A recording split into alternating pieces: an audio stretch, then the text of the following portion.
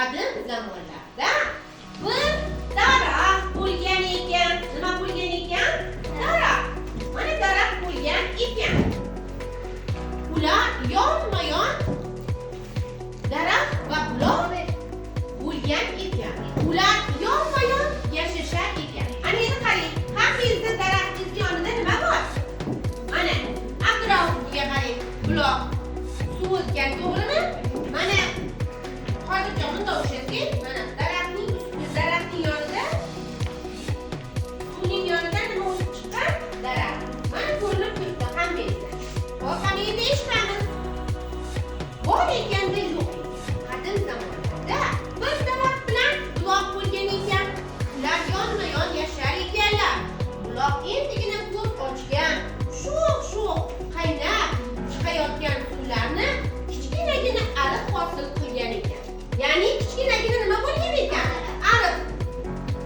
Nihol esa nozikkina sal shamol tursa, butun tanasi chayqalib, qani daraxtga o'xshab shamol bo'lyapti. Daraxt nima qilyapti? Ingichka niholga kirgan. Chayqalyapti. Hop, chayqalib sekingina, nihol sekingina nozik sal shamol bo'lsa, butun tanasi bilan chayqalib sekar ekan. Oradan kunlar, oylar, yillar o'tdi. Buloq suvi katta ariq to'ldirib oqa boshlabdi. Nihol ham ko'kka bo'y cho'zibdi. Qani daraxtlaringiz qayerga qarab o'syapti? Ko'kka o'syapti. Cho'zibdi. Sarvaqomat daraxtga aylanibdi. Bu yerda o'tgan yo'lovchilar daraxtning soyasidan olib buloqning tiniq suvidan ichar ekanlar. Ya'ni daraxt soyasiga nima qilishyapti insonlar? O'tirishibdi, dam olib ketishyapti, uzoq yo'lga ketayotgan. Lekin u yerda daraxtning soyasida o'tirgan inson hatto o'sha buloqdan nima qilyapti? Suv ichib ketyapti. Ya'ni kun issiqdir, to'g'rimi? Shunday kunlarda ekan. Buloqning tiniq suvidan ichar ekan. Ketayotganlarda esa sarvqomat daraxt bo'libdi deb maqtab qo'yishdi. Biram baquvvat, biram soya daraxt bo'libdi deb yo'lovchilar hammasi nima qilishdi? Daraxtni maqtab ketishdi. Bu gaplardan daraxtning dibog'i ko'tarilib qani. Hop, ya'ni daraxt o'ziga o'zi kuch berdi. Men kuchliman, men balandman. Mana meni hamma maqtayapti deb u buloqqa gap boshladi. U hatto buloqni mensimay qo'yibdi. Qani, baland ko'tarib turinglar-chi o'zinglarni daraxtinglarni. Xo'p, agar bu yerda men gurkirab turmaganimda, debdi daraxt. Na soyang bor, na husning, debdi daraxt buloqqa. Ya'ni buloqqa qarab nima qildi? Na seni chiroying bor, na husning bor, na soyang bor, na balandliging bor deb buloqqa daraxt o'zini o'zi juda ham maqtadi. Buloq xafa bo'lib-yu, qani xafa bo'lib qoldik-chi buloq? Qani buloqlar xafa bo'lgan, qani ko'ramiz. Birovdan xafa bo'lgandek ko'rsating-chi o'zingizni, xafa bo'lib qoling. Xo'p. Xafa bo'lib-yu, lekin indolmabdi. Kunlardan bir kuni men bormanki, hayot bor debdi. Yana daraxt. Buloq ortiq chidolmadi va o'zini oqimini o'zgartirib yubordi. Ya'ni nima qildi? Suvni boshqa tomonga burib. Qarang, mana bunday oqib turgan suvni u nima qilib qo'yibdi? Bu tomonga yuradigan qilib to'sib qo'yibdi. Buloq ortiq chidolmay o'z oqimini o'zgartirib yubordi. Shundan so'ng daraxt ildizlari bir tomchi ham suv kelmay qo'yibdi. Daraxt kelmay qo'yibdi. Daraxt buni ancha vaqtgacha sezmay, mag'rur turaveribdi. Ammo ko'p o'tmay qandaydir o'zgarish bo'layotganini, a'zoyi badani bo'g'ilib borayotganini sezibdi. Qarasa suv oqimi o'zgargan ekan. Nahotki u menga quvvat berib turgan bo'lsa deb o'yladi. Daraxt uning ahvolini tobora yomonlashdi.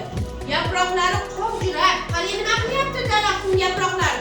Qovjirab, unmasdan qolib ketdi. Suvsizlikdan qolib ketdi. Oxiri suvning zarurligini, tiriklikning kuchi hamkorlikda ekanligini payqab tushdi.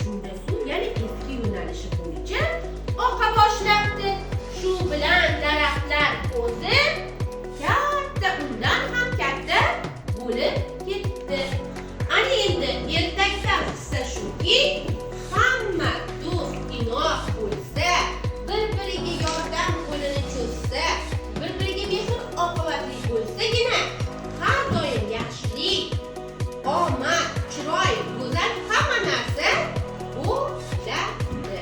Ertaga tushundingizmi? Buloq bilan daraxtning o'rtasida bir-biriga bo'lgan mehr bo'lishi kerak ekanmi?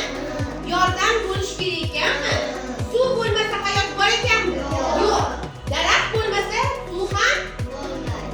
Daraxtdan suvning oqimini ushlab turadi, ildizlarni tobir otib, yo'nalishlarni beradi. Shunday ekan biz har doim nima qilishimiz kerak? Asrab, avaylashimiz kerak. Nimani asrashimiz kerak?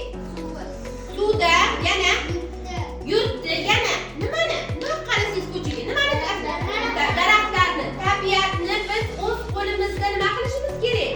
Asrashimiz kerak. 5ga. Xo'p, ana endi o'quvchilarni baholab ko'ramiz. Ana endi yana bitta topshiriq bergan edi. Bu topshirig'imda kulchanon yasab kelish edi. Mana hozir kulchanon yasab kelish edi. Kulchanondan Lola guruhidan 2 kishi Ulug'bek bilan Kamola, Atirguldan Zuhra bilan Umida. Qo'ying yetganiga ozoqa bo'lsa. Barakalla. Zuhra keyingisi yo'q, u keyingi o'quvchiga. O'chir uni. Tez, 3-chi qator. Hoppa!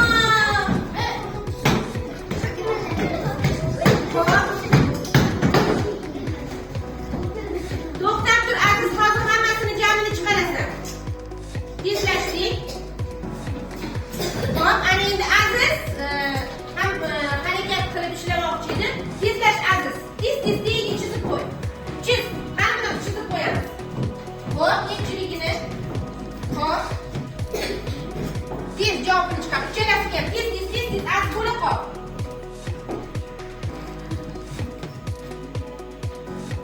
Ana endi bu shartimizda o'quvchilarni baholab olishda uchala qatorning bahosi teng va durang bo'ldi.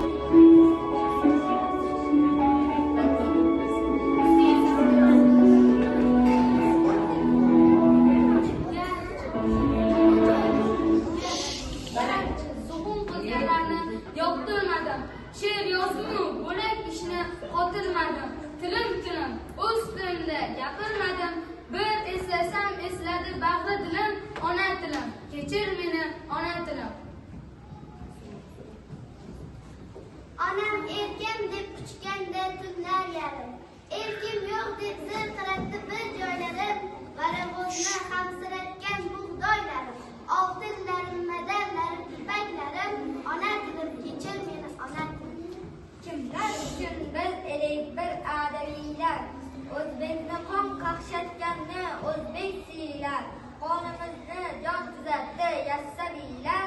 Topganimiz handalakdek tilim, ona tilim. Kechir meni, ona tilim. Kimdir mayda millat bo'ldi, kimdir katta millat afandisi yo'qdir hatto. Biz piyoda, biz boqqanlar yurdi otda. Zulm bo'lsa faqat sendan o'tdi zulm. Ona tilim, kechir meni, ona tilim. Sen bo'lmasang nima bizga? Silliq she'rlar bu dunyoda til yo'qdir, dil yo'q derlar. Bahoying-ku berib ketgan Alisherlar yuragimni to'g'ridek so'zmas gulim, ona til, kechir meni, ona til. Bir qarasam har she'rmangda ming jilolar, har dog'dangda, har mevangda ming jilolar, qodriylar, cho'lponlar va abdullolar. Sening qaytgan kuning, men tug'ilgan yilim, ona tilim, eng muqaddas ona tilim.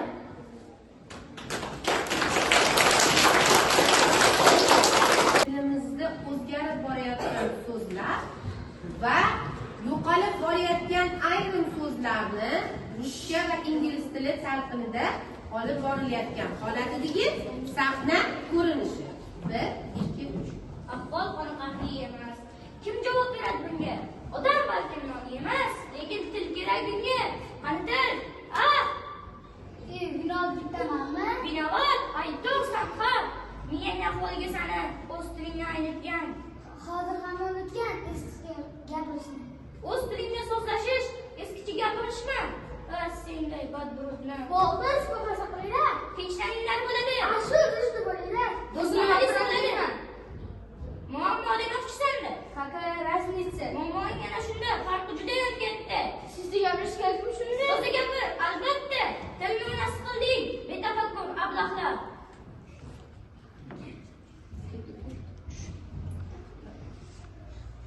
Bularni dimog'i chog'da. Bitta o'lib ketmaydimi? Nomard, ertan qusuring, avlodga yuqmaydimi? Bu masala kelsa yosh, hammamizga daxldor. Ona tili oldida har insonning burchi bor. Ahvol juda ham maqbul. Hozir yangi qonun bor. Reklamalar to'g'risida. Lekin amal qilish yo'q. Bittasi e'lon yozibdi, maktabni to'g'risida. Nimamiz? Choch ekamiz. Soch bo'ladi, betamiz. Kabobmas, qabob ekan. Savodan savoda ekan. Shahobcha, mehmonxona. Shahobcha, mehmonxona. Yumshoq bo'ladi, hesi. Hali egasi kelsam, Men bo'laman egasi. Bo'lmasi. Savolni qo'yganmi? To'g'rilab qo'ying, akasi. Xato qildingmi tuzar? Bo'yimda o'y xatolar, yoshlar ongini buzar. Qanani u erkin bozor. She'rda 100 ta so'z yozsa, 85 ta xato bor. Tushunadimi? Siz aytib qo'yinglar, lotincha yozishni o'rgansin. Qo'limga tushmasin, zinhor. Okey, ta'min qilish bizdan. Mana nima deyapti? Inglizcha gapiryapti. Sorry, Vaysdan bo'lyapti. Farosatingga hammangni pretensiyalarga ermakman. Omonulla Madayev o'tib ketdi. Odam qilolmaysinlarni. Avloniy bobo aytgan. Milliy tili yo'qolsa, ruhi yo'qolar millatni. Hurmat qilsang elingni, to'g'rila ol tilingni. Ota bobongdan merosi, bolangdan qarzing ham shu. Ona tiling, bilding.